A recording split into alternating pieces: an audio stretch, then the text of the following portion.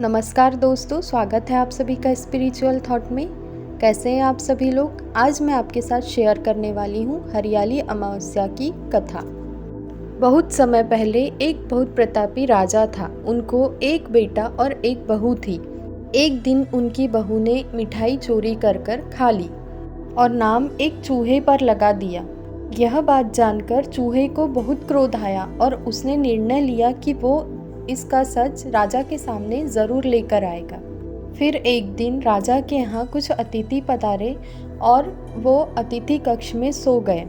तब उस चूहे ने उस रानी के कपड़े ले जाकर उस अतिथि के कक्ष में छोड़ दिए। प्रातःकाल उठकर जब सभी ने देखा कि रानी के कपड़े वहाँ हैं तो सब तरह तरह की बातें करने लगे कि छोटी रानी के कपड़े तो अतिथि कक्ष से निकले हैं। जब राजा को यह बात पता चली तो उन्होंने उस रानी को अपने राज्य से बाहर कर दिया। रानी का नियम था कि वह अमावस्या के दिन पीपल के पेड़ के नीचे दीपक लगाती थी और जौ बोती थी और पूजा करके फिर गुड़ धानी का प्रसाद बांटती थी। राजा के निकालने के बाद भी उसका ये नियम चलता रहा। एक दिन राजा शिकार करने गए और जब वे वापस लौट रहे थे तो उनकी नज़र उन दीपक पर पड़ी जो पीपल के पेड़ के नीचे जल रहे थे। पर उन्हें वो चमत्कारी लगे क्योंकि वे दिए आपस में बात कर रहे थे।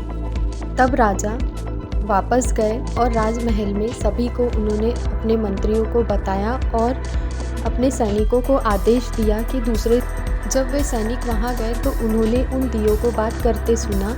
सभी दिए आपस में बात कर रहे थे लेकिन एक दिया वहाँ पर चुपचाप था। तो सभी दियों ने उनसे पूछा कि तुम क्यों चुपचाप बैठे हो। तब उस दिए ने बताया कि वह रानी का दिया है जिस रानी को राजा ने महल से बाहर निकाल दिया था।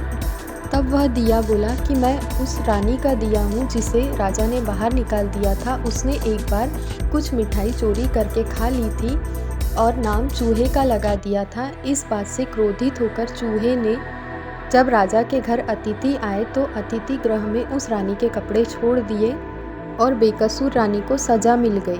तब सैनिक यह सब बातें सुनकर वापस राजा के पास आए और उन्होंने बताया कि वो दोनों दीपक ऐसी बात कर रहे थे कि रानी की कोई गलती नहीं है।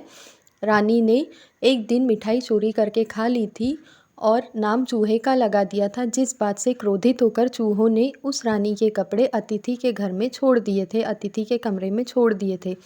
तब राजा ने पूरी बात जानकर रानी को पुनः अपने राज्य में वापस बुला लिया और सभी कुशल पूर्वक रहने लगे।